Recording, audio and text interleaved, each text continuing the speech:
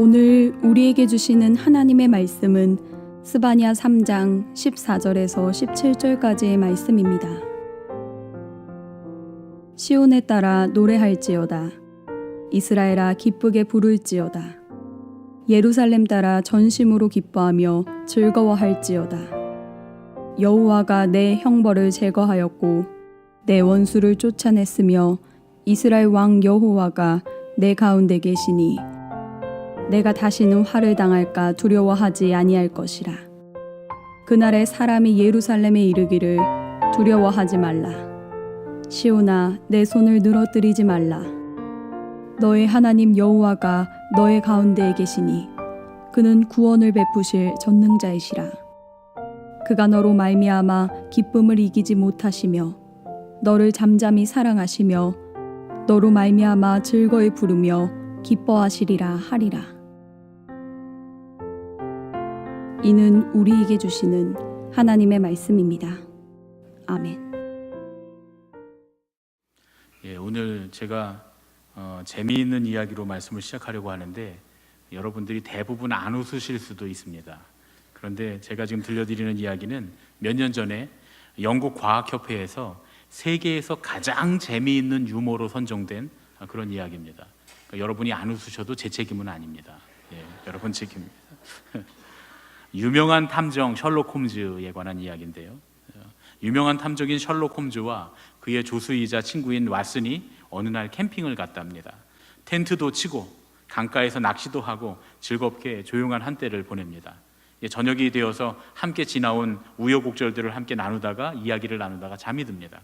한참 자고 있는데 갑자기 홈즈가 왓슨을 깨우면서 물어봅니다. 왓슨, 저 하늘의 별들을 보면서 무엇을 추리할 수 있나? 그랬더니 왓슨이 그동안 셜록 홈즈를 따라다니면서 갈고 닦았던 이 셜록 홈즈가 워낙 천재라서 그렇지 소설상에 보면 왓슨도 의사이고 군인이고 굉장히 똑똑한 사람입니다. 그러니까 그동안 셜록 홈즈 따라다니면서 배웠던 추리력을 총동원해서 이제 이야기합니다. 지금 오리온 자리가 북쪽에 늘어선 것을 보니까 새벽 3시쯤 되었네.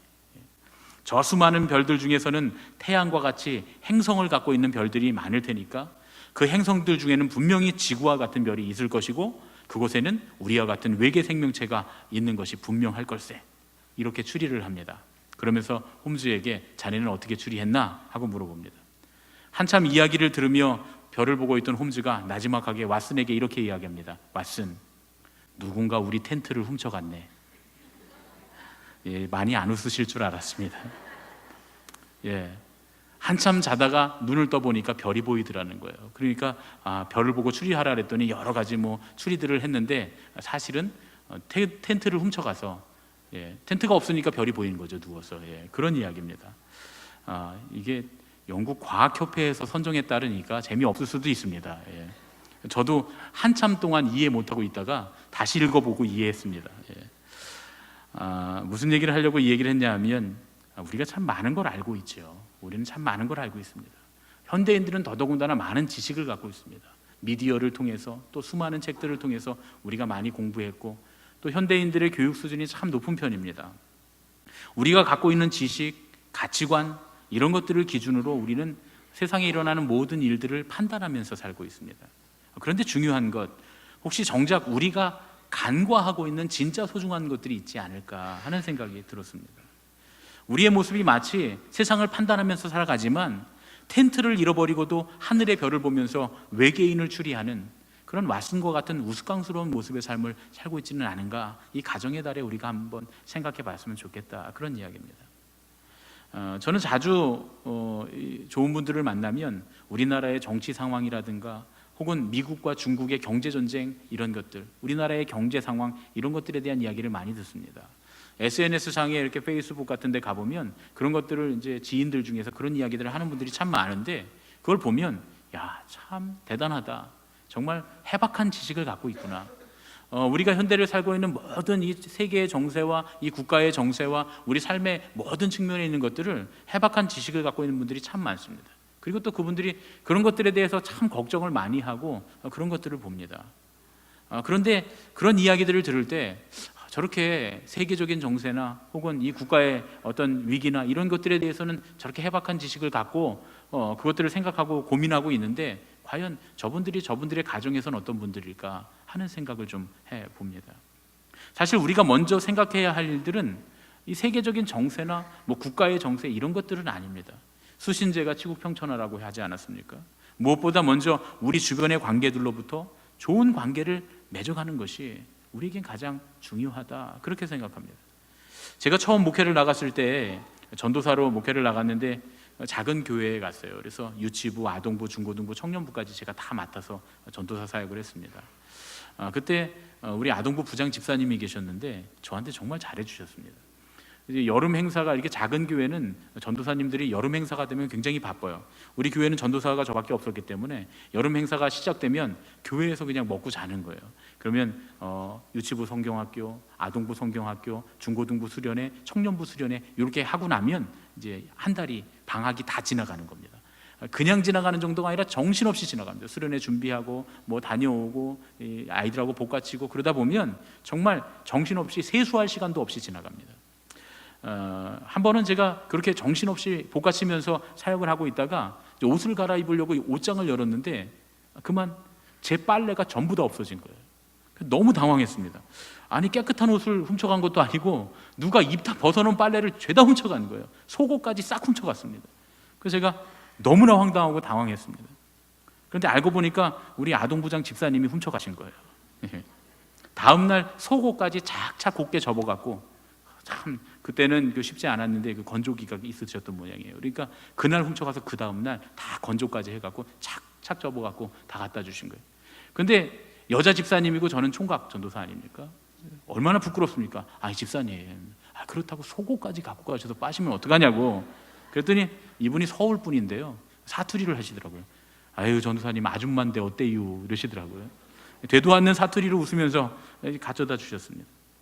이제 그러던 어느 날 중고등부 아이들끼리 좀 다툰 일이 있었습니다. 근데 그 가운데 그 집사님 큰 딸이 있었어요. 중고등부 1학년인가 중등부 1학년인가 그랬는데 언니들이 동생들을 막 혼낸 거예요. 그 언니들이 동생들을 막 혼내면 이 동생들이 아유 언니 죄송해요 이럴 것 같은데 요즘 애들은 안 그렇습니다. 따박따박 따지면서 서로 싸운 거예요. 그 언니들하고 동생들하고 막 싸우고 막 나중에는 서로 막 엉엉 울고 막 난리가 났습니다. 그래서 제가 가서 정리를 잘 해줬죠. 뭐가 잘못됐다. 알고 보니까 언니들이 이제 교육관을 막 청소하고 있는데 이 녀석들이, 막내 녀석들이 지들끼리 막 웃고 떠들면서 장난치고 청소는커녕 언니들이 걸레 세워놓으면 걸레자루 뒤집어 엎고 막 이러면서 장난을 친 거예요. 그러니까 언니들이 얼마나 화가 납니까? 중학교 3학년 이 언니들이 막 혼낸 거예요. 그러면 이 녀석들이 잘못한 걸 알고 미안하다 그러면 되는데 그냥 막 따지고 든 거예요. 그러니까 막 싸운 거죠. 그래서 제가 가서 정리했습니다. 아이들이 잘못했으니까 너네 언니들이 이렇게 너희들 위해서 교육관 청소하고 있는데 수고하고 있는데 어떻게 그러냐, 너희들이 잘못했다. 그래서 저한테 이제 혼이 나고 집으로 돌아갔어요.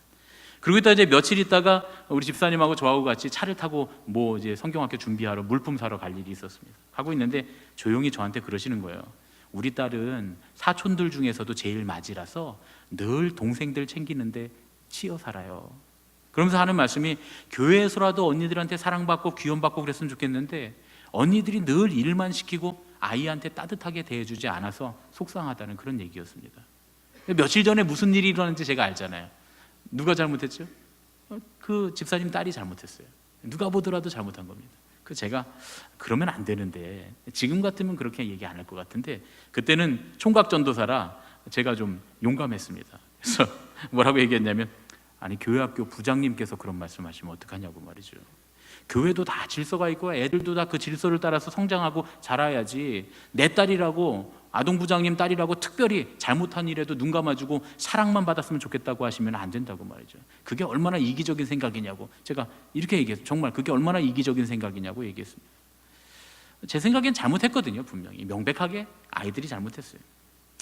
그런데 갑자기 집사님 얼굴이 확 변하는 거예요. 친절하던 얼굴이 갑자기 눈에 도끼가 탁 쓰면서, 전도사님 섭섭합니다 그러시더라고요. 전도사님도 애 낳아서 키워보세요. 그럼 제 맘 아실 거예요. 그리고 물품 사러 갔다 오는 동안 한마디도 안 했습니다. 물론 지금은 이제 아직도 가끔 연락하세요. 옛날에 추억들도 있고 그래서 가끔 연락하고, 또 뭐 가끔 이제 우리 아이들 무슨 일이 있을 때 이렇게 선물도 보내주시고 이렇게 참 지금도 잘해주시는 분인데, 그때는 제가 정말 당황했습니다. 그렇게 갑자기 180도로 확 변하시니까요. 그런데 정말 제가 아이들을 낳고 키워보니까 그 마음을 진짜 알겠더라는 거예요. 얼마나 소중한 애들입니까? 우리 아이가 사랑받고 칭찬받고 인정받기를 바라는 그런 마음이 욕심이다, 이기적인 마음이다, 이렇게 말할 수 없는 거죠. 왜냐하면 그건 사랑이기 때문이죠. 부모와 자녀의 사랑의 깊이를 알면 함부로 이기심 부리지 말라는 말을 하기가 어렵습니다. 예. 그러지 않습니까, 여러분? 자녀 키워보신 분들은 다 아실 거예요. 제가 청년 전도사일 때는 그 엄마들한테 할 말이 참 많았어요. 가정교육을 잘못 시켜갖고 말이지 교회 와서 애들이 막 저런단 말이죠. 예. 할 말이 참 많았습니다. 그런데 제가 아이들을 낳고 키우다 보니까, 물론 제가 낳지는 않았습니다. 제가 배가 이렇게 나왔어도 아이를 낳을 수는 없죠. 예. 그런데 아이들을 키우다 보니까 그때는 당연하다라고 생각했던 것들이 이제는 많이 바뀌었습니다. 그게 다 당연한 게 아니더라고요. 저희 아이들이 갓난아기였을 때 둘 다 희귀질환을 앓았습니다. 엄마가 뭘 먹기만 하면 애들이 이 장 안에 막 그 피가 쏟아지는 그런 병이에요. 헐어갖고 막 피가 쏟아지는 그 희귀질환인데, 이 갓난아기들이 배가 이 안에서 장이 헐어갖고 막 이 혈변을 보면서 피가 쏟아지니까 이게 얼마나 고통스럽습니까? 그래서 도대체 이게 뭔가, 그때 당시에는 이게 희귀질환이라 정말 병명도 흔치 않은 그런 질환이었습니다. 그러다 보니까 이제 아내가 먹을 수 있는 게 없는 거예요. 처음엔 뭘 먹으면 그런가 하고 보니까 이게 우리나라에서는 고기, 우유, 콩 이런 거 안 들어가는 음식을 먹기가 어렵습니다. 예. 여러분 그 미역국을 끓여도 미역국에도 콩이 들어가요. 아니 목사님 무슨 미역국에 콩이 들어갑니까? 간장. 간장, 된장, 고추장 안 들어가는 음식이 어디 있습니까? 우유 안 들어가는 음식이 어디 있어요? 그러니까 그거 찾다 보니까 먹일 수 있는 게 하나도 없어요. 고기도 못 먹이고. 그러다 보니까 결국은 밥만 먹어야 돼요. 흰밥만. 김이나 싸 먹든지 하여튼 흰밥만 먹어야 되는 거예요. 그러다 보니까 제 아내가 지금은 건강한 편인데 그때는 막 10kg 이상 빠져갖고 막 43kg 막 이렇게 나갈 때입니다. 완전히 뼈만 남았어요. 예. 몸에 무리가 너무 가서 갑상선이 막 이상이 생기고 사실 쓰러져서 병원에 실려가기도 하고 그랬습니다. 처음에는 이제 모유를 먹이자 그러니까 엄마가 너무 고생인 거예요. 쌀밥만 먹고 애를 키워야 되니까요. 근데 분유를 먹이려고 했더니 의사 선생님이 분유를 먹이는 건 독약을 먹이는 것과 같다는 거예요. 그러니까 분유는 못 먹이는 거예요. 이제 한 가지 먹일 수 있는 분유가 있는데 그게 뭐냐면 단백질 가수분해 분유라는 걸 먹이면 되는데 우리나라에서는 메일유업 그 한 회사만 만든다는 거예요. 이 메일유업 한 회사만 우리나라에서는 특수 분유를 만듭니다. 이 특수 분유를 만들기 때문에 매해 수십억의 적자를 본대요. 그런데도 불구하고 메일유업이 안 만들면 아무도 안 만들기 때문에 그들이 자기들이 희생해서 그 특수 분유들을 만듭니다. 메일유업 제가 광고하는 건 아닙니다. 그런데 정말 좋은 회사예요. 그러니까 수십억씩 자기들이 적자를 보면서도 이 고통받고 있는 사람들을 위해서 그 특수 분유를 만드는데 대량 생산을 못 하잖아요. 아이들이 많지 않으니까. 그러니까 가격이 비쌉니다. 그 가격이 비쌈에도 불구하고 자기들은 수십억 손해를 보면서 그걸 만들고 있는 거예요. 그래서 제가 처음에는 우리가 그 분유가 너무 비싸서 전도사 형편에 그 사 먹일 수가 없는 거예요. 몇만 원씩 하기 때문에. 그때 당시에도 몇만 원씩 했습니다, 분유가. 그러니까 사 먹일 수가 없어서 처음에는 그냥 조절해보자 그랬는데 몇 달 지나가니까 엄마가 너무 힘든 거예요. 이게 사람이 할 수 있는 일이 아니다 이렇게 생각해서 이제 어렵지만 그 비싼 분유를 수소문해서 저희가 구입을 했습니다. 그래서 원래는 뭐 몇 통씩 파는데 그렇게 뭐 4통씩 5통씩 파는 걸 우리가 살 수가 없어서 한 통만 저희가 주문을 해갖고 비싸서 사서 먹여보려고 했어요. 그래서 이 특수 분유를 젖병에 넣고서 먹여보는데 애가 도무지 안 먹는 거예요. 그 비싼 분유를 안 먹는 겁니다. 그래서 제가 왜 안 먹나 그래서 젖병을 이렇게 뽑아서 분유 탄 거 냄새를 맡아보니까 도저히 냄새가 역겨워서 저도 못 먹겠는 거예요. 여러분 그 양계장의 그 닭사료 냄새 아십니까? 그 양계장의 닭사료 냄새 그게 아주 진하게 나는데 이건 도저히 역겨워서 먹을 수가 없는 거예요. 근데 냄새는 그래도 먹으면 맛있는 것들이 있잖아요. 뭐 두리안 같은 것들 그런 거. 냄새 너무 지독하지만 먹으면 맛있다고 잘 드시는 분들이 계시니까 혹시 먹으면 괜찮지 않을까 해서 제 아내가 한 모금 마셔봤어요. 먹더니 갑자기 막 울어요. 울면서 뭐라 하냐면 여보 분유가 너무 써요. 분유가 어른이 먹기에도 너무 쓴 거예요. 그래도 어떡합니까? 할 수 없이 먹여야 되니까 애를 하루를 굶겼어요. 굶기면 먹겠지, 배고프면 먹겠지. 근데 하루를 굶겼는데도 젖을 달라고 그냥 자지러지게 숨 넘어갔듯이 울기만 하고 하루 종일 울기만 하고 절대로 안 먹는 거예요. 그때부터 이 녀석이 입이 짧은 건 제가 알아봤어야 되는데 그냥 저희가 포기했습니다. 이러다 애 큰일 나겠다. 그래서 포기하고 엄마가 희생하기로 했습니다. 이 아이들이 그런 질병을 앓고 있으니까 이유식을 빨리 할 수도 없고요. 우리가 뭐 8개월인가 10개월인가 그때부터 이유식을 시작했는데 보통보다 좀 늦게 시작했는데 1년 동안 이 수유를 하니까 엄마가 1년 동안 진짜 이 맨밥만 먹어야 되는 거예요. 첫 해 때는 정말 그거 조절을 못해서 쓰러져서 병원에 실려가기도 하고 막 몸에 이상이 생기기도 하고 굉장히 고생을 했습니다. 수유하는 내내 정말 모진 고생을 했습니다. 두 아이를 다 그렇게 키웠어요. 저는 가끔 우리 애들이 엄마한테 뭐라고 하면 애들 편 안 듭니다. 저 무조건 아내 편이에요. 만약에 이제 요즘 아이들이 사춘기가 막 되면서 엄마한테 막 어쩌고저쩌고 반항하거든요. 그저 막 화가 나요. 야, 니네 엄마가 너희들을 어떻게 키웠는데? 이게 그냥 상징적인 얘기가 아니라 진짜 엄마가 엄마 살을 잘라서 니네 먹이면서 키운 거야. 그런 마음이 드니까요. 그런데 그런 건 우리 집뿐만이 아니지 않습니까? 정도의 차이는 다 있지만 세상의 대부분의 엄마들이 다 수고하고 애쓰면서 아이들을 키웁니다. 뭐 엄마만 그렇습니까? 아빠들도 마찬가지입니다. 세상의 거의 모든 아빠들도 자녀들을 위해서 희생하면서 삽니다.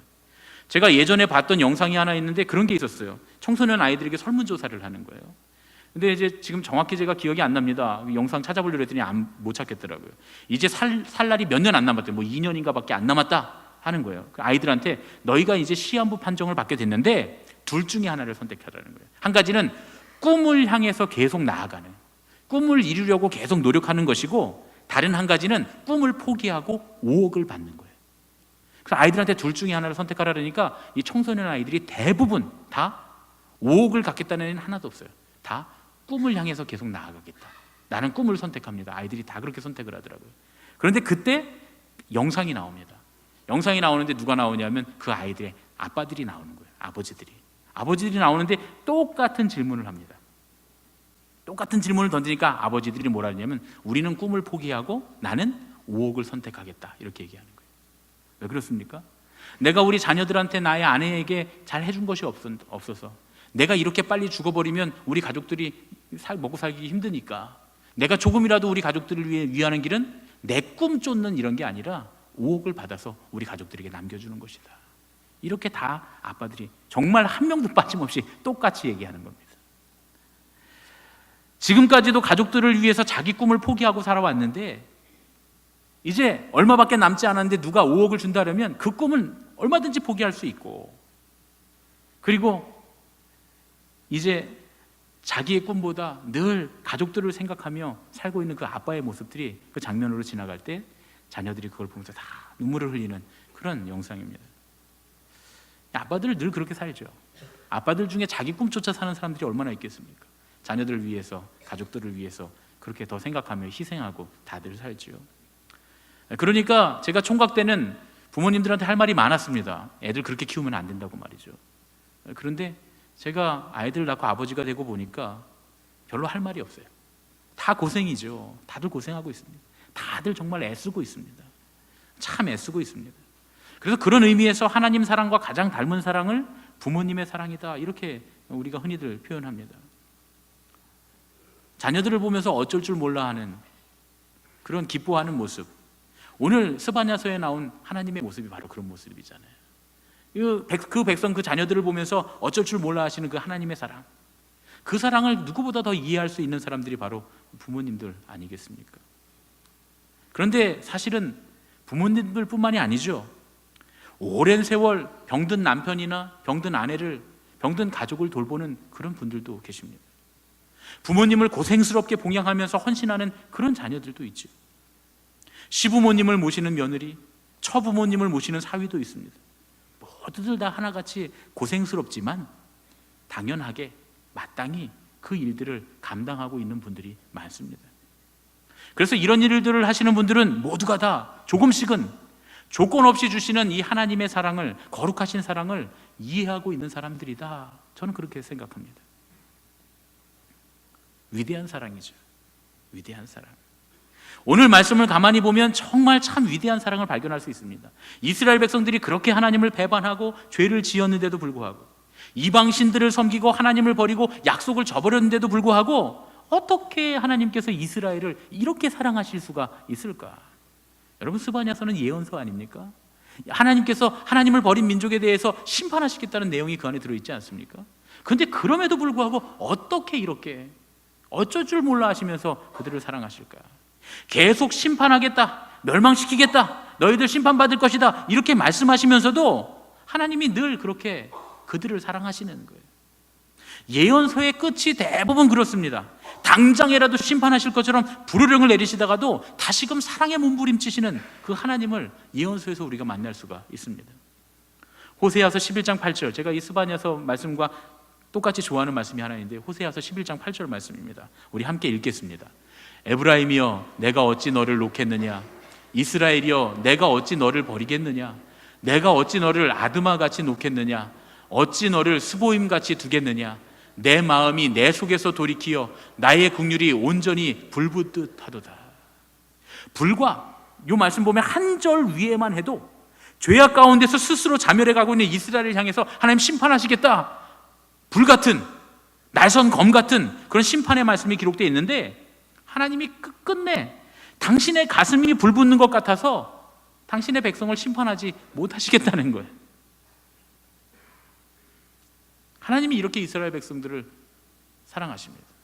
심판 가운데 두셨다가도, 포로로 끌려가게 하셨다가도 다시 그들을 회복시키셔서 끌어안으시는 하나님, 그 하나님을 우리는 말씀 가운데 볼 수가 있습니다. 하나님 우리에게는 또 어떻습니까? 하나님을 멀리 떠나서 외면하고 세상을 목적으로 우리가 살아가고 있었는데, 그렇게 살아가던 우리, 죄악 가운데 멸망할 수밖에 없는 우리들의 모습을 보시고 안타까우셔서 당신의 아들을 십자가에 대신 달리게 하신 그 하나님의 사랑, 그 조건 없고 대가 없는 그 사랑을 하나님 우리에게 베풀어 주셨습니다. 그래서 우리는 구원받게 됐습니다. 우리가 구원받은 백성이 되어서 이렇게 하나님 앞에 예배하고 주님 앞에 나오게 된 것은 하나님의 다함 없는 그 크신 조건 없는 사랑 때문입니다. 그래서 구원받은 우리들이 행복한 사람들인 겁니다. 신명기 33장 29절 말씀, 제가 참 좋아하는 말씀인데요, 우리 함께 읽겠습니다. 이스라엘이여, 너는 행복한 사람이로다. 여호와의 구원을 너같이 얻은 백성이 누구냐? 1:1 양육 행복한 여행을 공부하신 분들은 다 아시지만 일과에 제가 저 말씀 적어놨습니다. 제가 정말 좋아하는 말씀이거든요. 이스라엘이여, 너는 행복한 사람이로다. 거기 이름을 이렇게 바꿨어요. 오태연, 너는 행복한 사람이로다. 여호와의 구원을 태연이 같이 얻은 백성이 누구냐? 이렇게 제가 바꿔서 읽도록 만들어놨습니다. 얼마나 좋습니까? 하나님의 사랑을 받은 우리가, 그래서 구원받은 우리가 정말 행복한 사람들이라는 거예요. 그러면 여러분, 우리가 사랑하는 사람들, 우리가 사랑하는, 우리의 사랑을 받은 우리의 자녀들, 우리의 남편, 우리의 아내, 우리의 가족들, 우리가 사랑하니까 다 행복한 사람들이어야 하잖아요, 그렇죠? 근데 정말 그렇습니까? 정말 우리가 사랑하고 있는 사람들이 정말 우리의 사랑을 받아서 다 행복하냐? 그런 얘기예요. 오히려 우리에게서 사랑이 아니라 독이 나가서 우리의 자녀들과 우리의 가족들, 우리의 사랑하는 친구들, 이웃들을 가슴 아프게 하고 상처를 주고 그들의 마음을 아프게 하고 있지는 않은가 하는 얘기죠. 제가 좋아하는 동화책을 한 권 좀 읽어드리겠습니다. 제가 우리 아이들한테 어렸을 때 읽어주던 그런 동화책인데요, 일본 작가인 구스노키 시게노리라고 하는 사람이 쓴 책인데요, 제목이 혼나지 않게 해주세요입니다. 혼나지 않게 해주세요.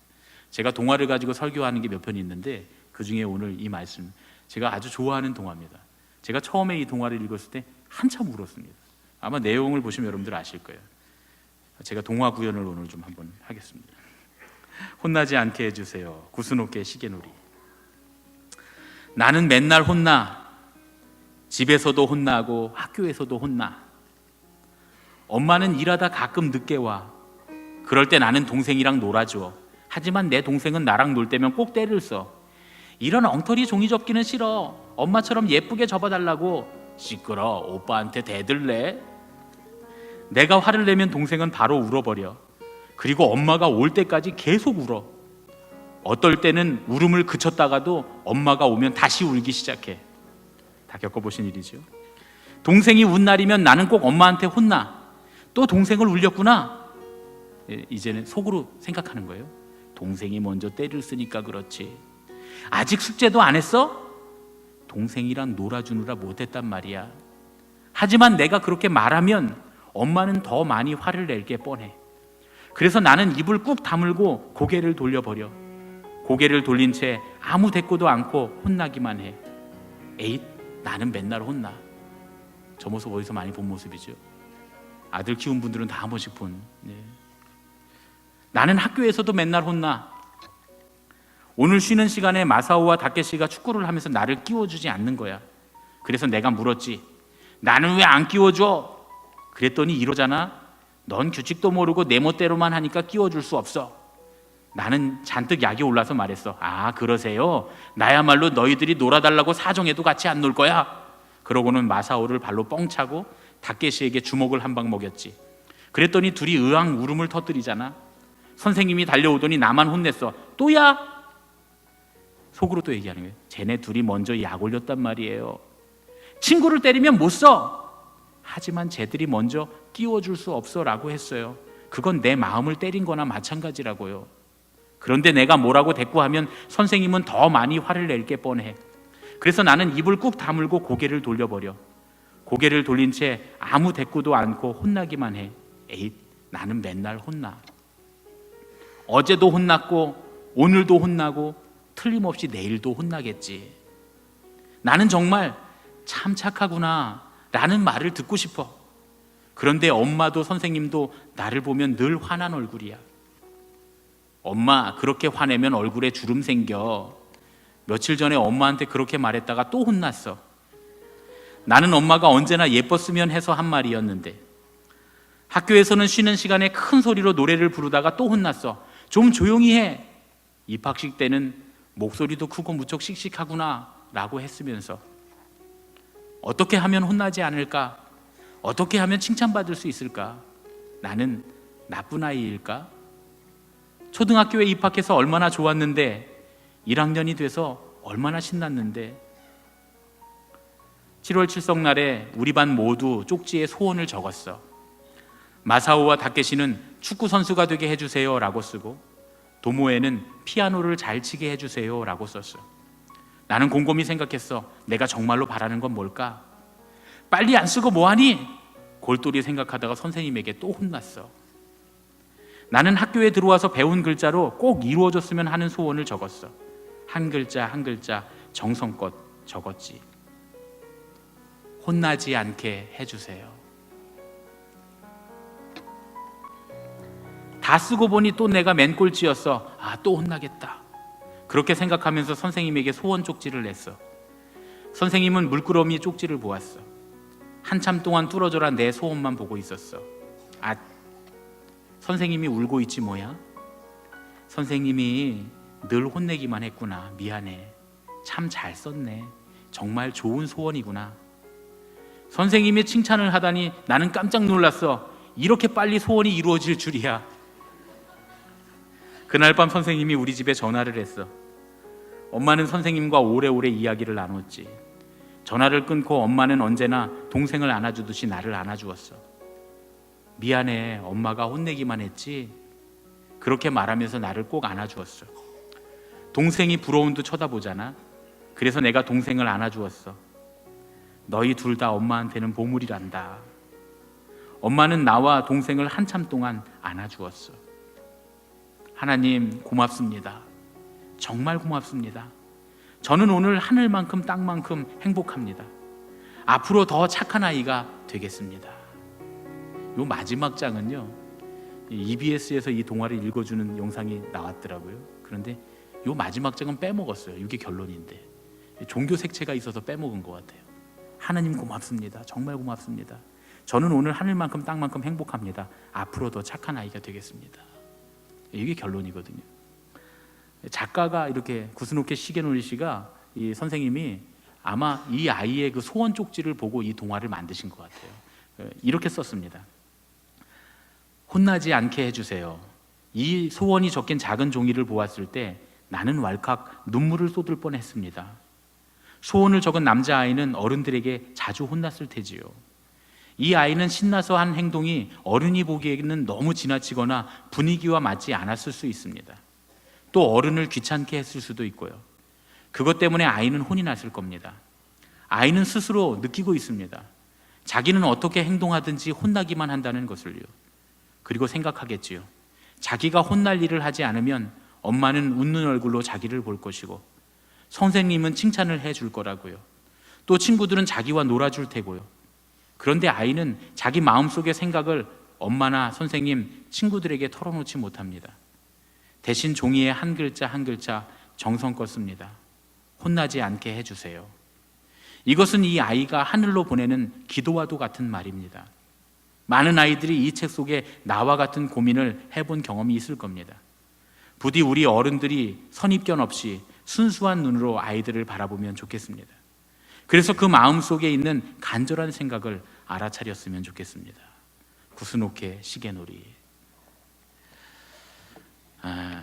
그런데 사실은 혼나지 않게 해주세요, 이 말은 아이들의 기도 제목뿐만이 아니라 우리 모두의 기도 제목입니다.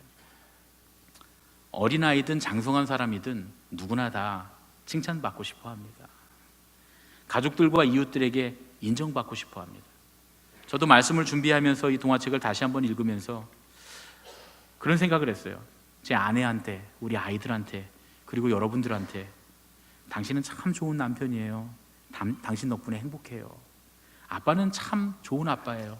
아빠 덕분에 행복해요. 목사님은 참 좋은 목사님입니다. 목사님 덕분에 행복합니다. 이런 말을 들을 수 있으면 참 좋겠다. 그런 생각했습니다. 여러분도 다 그러시죠? 그런 말 들으면 참 좋겠죠? 그러면 우리 옆에 있는 사람들한테 이렇게 얘기하겠습니다. 당신 참 좋은 사람이에요. 당신 덕분에 행복합니다. 3명 이상 하세요. 당신은 참 좋은 사람이에요. 당신 덕분에 행복합니다. 할렐루야. 그리고 한 가지 더 하겠습니다. 여러분 스마트폰 다 꺼내보세요. 핸드폰 다 꺼내보세요. 다 꺼내세요. 예배 시간에 핸드폰 꺼내라는 목사가 대한민국에 몇이나 있겠습니까만, 여러분 핸드폰 안 끄신 거 제가 다 알아요. 안 끄시고 분명히 진동이나 무음으로 해놓으셨죠? 끄신 분들은 키세요. 괜찮습니다. 핸드폰 키셔서 뭐 하시냐 하면, 지금 내가 정말 더 사랑했어야 하는데 가만히 생각해 보니까 사랑해주지 못한 사람들, 그렇게 못했던 사람이 있다면, 남편이든 아내든 자녀들이든 혹은 부모님이든 친구든 그런 사람이 있다면 지금 그 메시지 보내시는 거예요. 당신은 참 나한테 좋은 사람이에요. 당신 덕분에 행복합니다. 남편한테 하면 되겠죠, 그렇죠? 아내에게 하면 되겠죠. 우리 김용배 장로님은 그냥 쓰실 때 경자씨 이렇게 쓰셔야 됩니다. 그렇게 쓰시면 됩니다. 경자씨, 당신 참 나한테 좋은 사람입니다. 경자씨 덕분에 행복합니다. 이렇게 쓰시면 됩니다. 제가 잘 찍었나 모르겠습니다. 그동안 좀 소원해졌고 마음에 부담이 있는 그런 분들이 있다면 그런 분들에게 쓰면 더 좋겠죠. 받아보고 그럴 겁니다. 사람이 죽을 때가 됐나? 그럴지도 모르죠. 지금 혹시 관계 문제로 마음 아파하고 있는 분들이 있다면 여러분 참 고생 많습니다. 고생하고 계십니다. 우리의 가족들과 이웃들을 참아주고 용납해주는 거 참 수고스러운 일이죠. 참 불편한데도 불구하고 계속 관계를 이어가고 있는 것 참 큰 수고입니다. 조금만 더 한결같이 사랑해 주세요. 한 번만 더 사랑해 주시고 한 번만 더 그들에게 기회를 주십시오. 하나님의 사랑, 끝까지 사랑하시는, 그럼에도 불구하고 어쩔 줄 몰라 하시는 하나님의 사랑을 바라보면서 우리 하나님의 사랑 닮아서 가족들과 우리 형제 자매들, 우리 사랑하는 친구들을 칭찬해 주세요. 어찌 우리가 사랑하는 가족의 손을 놓겠습니까? 어찌 사랑하는 친구들과 이웃을 우리가 버릴 수 있겠습니까? 여러분 올해만 더 사랑해 주세요. 칭찬해 주세요. 예수님의 말씀 중에 그거 있잖아요. 비유. 그 포도원 주인이 무화과 나무를 심었는데 열매를 안 맺으니까 잘라버려라. 그랬더니 청지기가 뭐라 그럽니까? 주인님 1년만 더. 1년만 더 걸음 주고 제가 최선을 다해서 키워보겠습니다.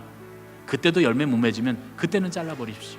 그 말씀하시는 예수님의 말씀 들을 수 있습니다. 한 해만 더 우리 사랑해 봅시다. 한 해만 더 칭찬해 줘 봅시다. 우리가 그들의 허물을 드러내고 그들의 잘못을 지적하고 그래서 고치지 않으면 영원히 못 깨달을 것 같지만 그렇지 않습니다. 우리가 사랑으로 허물을 덮어주면 다 알아요. 전부 다 압니다. 우리가 한 해만 더 사랑해주고 참아주고 기회를 주고 칭찬해주면 이제 곧 그 남편이, 그 아내가, 그 아들이, 그 딸이, 그 친구가 분명히 착한 사람이 될 겁니다. 앞으로 더 착한 사람이 분명히 될 겁니다.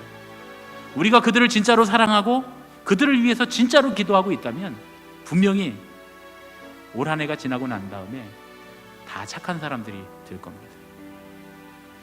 그런데 우리가 주님 닮아서 우리의 가까운 가족들과 우리의 친구들을, 이웃들을 사랑하는 것, 우리 힘으로 결단한다고 되는 일은 아닙니다. 주님이 도우셔야 되죠. 하나님께서 주시는 힘으로만 되는 겁니다. 오늘 이 시간에 우리가 결단했다면 기도해야 됩니다. 하나님, 우리가 한 해만 더 참고 그들을 사랑할 수 있는 그 용기와 힘을 우리에게 허락해 주시옵소서. 오늘 이 시간에 우리가 그렇게 찬양하고 기도하고 결단하고 하나님께서 주시는 힘을 힘입어서 올해 한 해도 우리의 사랑하는 가족들과 이웃들, 친구들을 사랑하게 되기를 예수님의 이름으로 축복합니다. 이 시간 우리 함께 찬양하면서 기도하겠습니다.